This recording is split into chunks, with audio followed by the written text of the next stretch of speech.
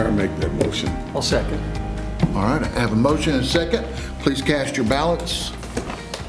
Motion passes 7-0. Our meeting rules, resolution, state law, and the city's charter govern how the meetings are ran, the procedure for the meetings. First, we use any state law. Second comes the city charter, and then the meeting rules resolution, and we use Robert's rules as a supplement when there's questions of parliamentary procedure or order. I think it's time to start our regular meeting tonight. So, Summer, if you'll start us off by calling the roll, please. The mayor presides over the meetings, and he has specific duties during that meeting, which is maintaining decorum, maintaining order of the meeting. Item 7.1, consider a resolution of the mayor and the Board of Commissioners concerning... And it's his responsibility to make sure that the meeting stays on track and that members have an opportunity to actively participate in the meeting, but that the established agenda is followed. We've already approved this document. Our city attorney attends the city council meetings, and during those meetings, she'll ensure that the governing body and city staff, everyone in attendance, is staying within any state law, any city ordinances. I will assist the mayor throughout the meetings in making sure that we have recorded the motions and the seconds, what those motions are, and if there's any questions about where we're at on the agenda and things of that nature. The ERDA. One of the first instances of Robert's Rules of Order that you'll see in a city council meeting is the approval of minutes. Item 3.1, consider approval of minutes. Meeting minutes are an official written record of what occurred during the last meeting. It'll include which members were in attendance, which members were absent, other staff members that were present.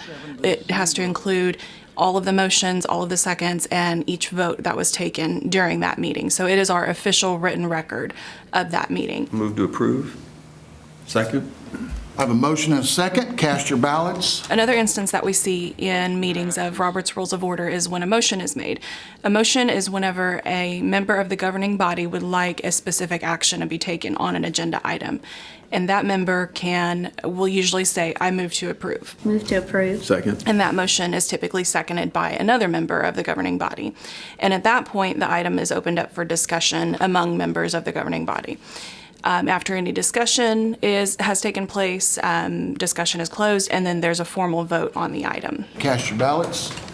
Motion passes 7-0. One example of where our rules and state law differs from Robert's Rules of Order is when a member abstains from a vote.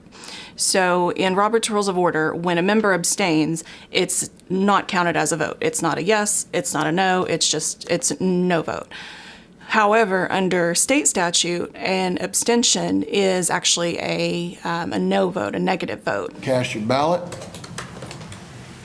Okay, 6-1. We do have the 5 needed votes. When a member abstains from a vote, you may hear the mayor say carried 6-1, for example.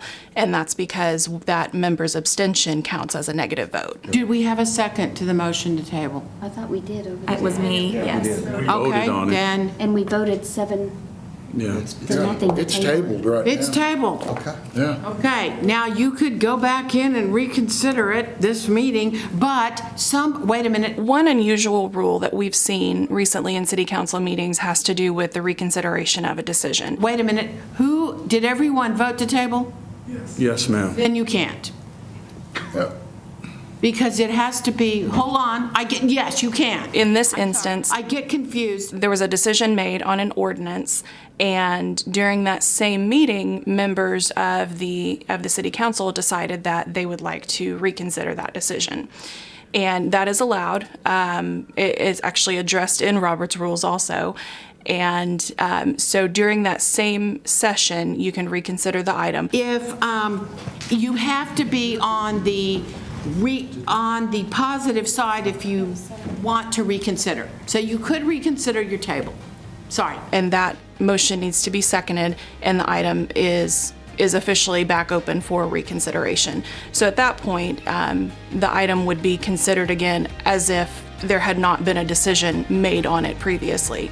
And they can have further discussion on the item, make a motion, make a second, and vote.